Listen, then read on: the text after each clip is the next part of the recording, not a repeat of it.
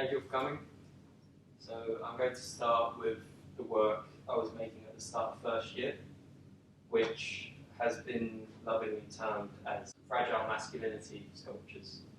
And my process was basically collecting found material from walks around Newcastle, going into forest areas, back streets, and just seeing what I could find, what kind of scenes and objects and things I could create from these things. And I found that at the time it was more of a exercise just to keep you from doing nothing rather than actually trying to look to create anything. It was much more of a placeholder, but I think it was important in terms of moving my practice beyond painting and what I'd done before and towards a freer practice. And moving into second year, I continued this on, but at the same time, it wasn't really going anywhere. So I tried ceramics, which didn't go anywhere either.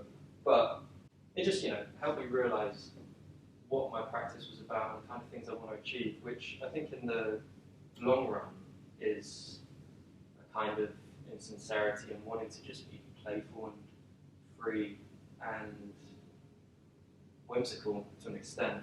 And that can be seen in what I think was a very important piece for me in second year, which was this horse, which was a found material sculpture. And I think the reason why it was so successful was because of how the audience could interact with it. It was the first time I'd made something which I felt like actually belonged in a space, and it was, to be interacted with and used and experienced. And it was such a serendipitous collection of objects because the barnyard head actually makes horse sounds. And it was just like a breakthrough, really, in feeling confident in my own work. And that I could do things which didn't have to be serious or just pertaining to ideas of the art object or whatever. After second year, I started to think more about dematerialization from having worked with found objects for so long.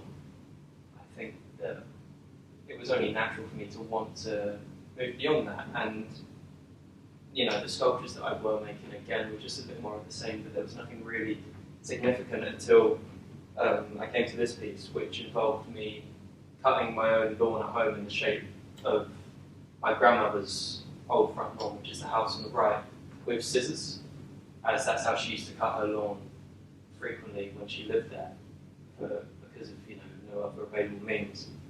And that act of taking almost the footprint of that lawn and replacing it in a different context and then recreating the act, I felt was quite successful and helped me in, again, moving past sculptures and into a more wider body of work.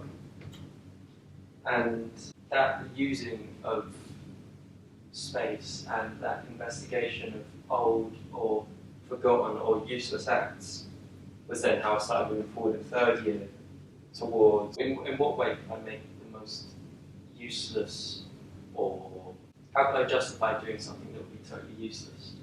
So in doing so, at this time I was sort of really getting into film and was heavily influenced by filmmakers such as Wim Wenders, and his film Alice in the Cities inspired his Wuppertal piece, which was to go there, try and find houses which would match Alice's description of her grandmother's house, because they're driving around trying to find her house so she could go back home.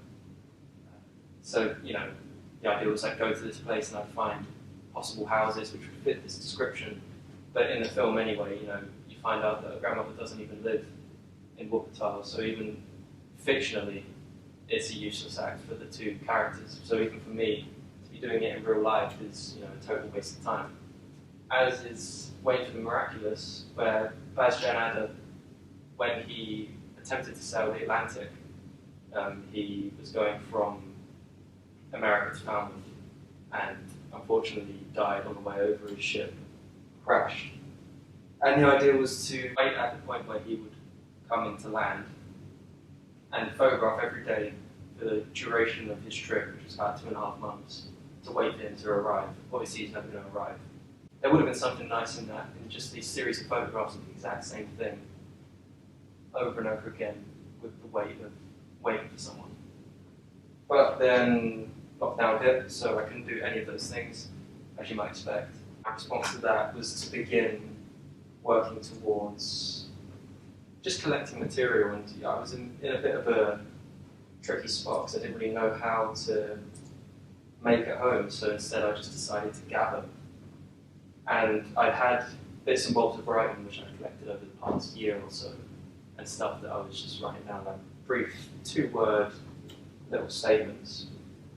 And in order to get more out of these, I started just searching them on Google, and in doing so, finding like about 150 images, which I would later use to expand upon Reactive. But just the act of finding these images, which is something to keep my mind active and move towards thinking about how could I use material which wasn't my own, but wasn't necessary, sort of trace that line between being an object and being an idea. So I just began collecting these images that I find on Google, and there's so many. I mean, it's kind of an endless act, but I had to stop eventually because something needs to be done with it. Well, my train of thought mostly when I was thinking about these kind of things was artists like Richter and de Bowman using big collections of material in order to bolster their work. And so, for example, I'll click on animals. So, for example, here I would have typed in scoliotic country into Google, and then there's a picture of this chicken with spondylolisthesis is the result. And then I've got the link to it below. So this was the source of the image. 49-year-old boiler breed chicken in London. So that gave me something to investigate every day. So then, the images range from, I think it was a pest control website, to, cow pageants, floods, all sorts of things. So let's look at the film festival. And it was just to help me, act, stop thinking, start doing. So with that in mind, I'll show you how I have responded to some of these things. Most recently, taking this image and the text hay bales road at the back of the truck, the initial idea was to get a hay bale and lead it to a road on a bridge, and gradually documenting the hay falling away and moving into nothing. So not necessarily a staggering piece by any means, but just something that would be interesting to document potentially and to do. I'm trying not to do just big works, trying to litter it with quick, easy works at the same time, just to see how they pair together, whether there's going to be anything in the end which allows these works to come together and complement each other. I don't know. Here's the image. Another example, this image here, photo of an outhouse, established gestation period, was with the idea to build a usable outhouse, which I did. It can be seen here with one of my videos, which was in the fishbowl. You may have seen it. I'll put a link in the chat for you to watch this at another point if you'd like to, or there'll be a link below. We're basically inspired by Nanni Moretti's film Caro Diario. Instead of travelling around Rome on a moped to soundtrack by Leonard Cohen, I instead recreated his scenes in Rome and Newcastle, but it's me pushing around this outhouse on wheels that I made. It would be easier, to show the video, but I don't think I've got time, so I'll share the link, and if anybody wants to comment on that or watch it, please do. And the idea behind that, was just acting on the work of someone else. How can I acknowledge Nanni Moretti's work and be really inspired by it, but at the same time create something, that's just a bit daft and doesn't necessarily have any kind of overarching theme other than, it's fun and stupid, and it's just taking the piss out of how, Nanni Moretti is pretentious in his views on Rome. That combined with me pushing this toilet around, it's whatever you think of it. And lastly, another one of these, I haven't done very many yet, but gradually building up pace with the idea gated to sell. the idea was that I would sell my game. I intended to do that by placing an ad in Gumtree. The idea being that, if somebody wanted to buy my walk, they could, and I'd never walk like that again. And I had to work around Gumtree's listing rules because, obviously naturally they don't want people to be just putting random shit on there that is not with the intention of selling.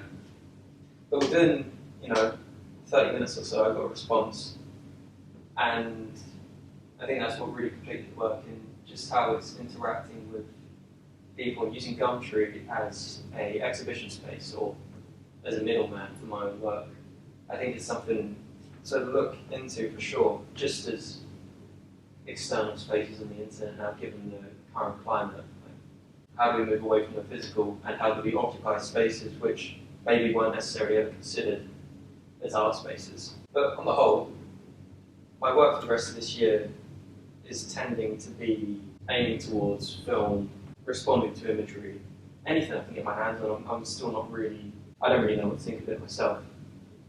And I'm trying to take it one step at a time, and hopefully I'll have a body of work at the end of the year which will be significant. So thank you for watching. I hope you enjoyed it. I look forward to hearing your comments.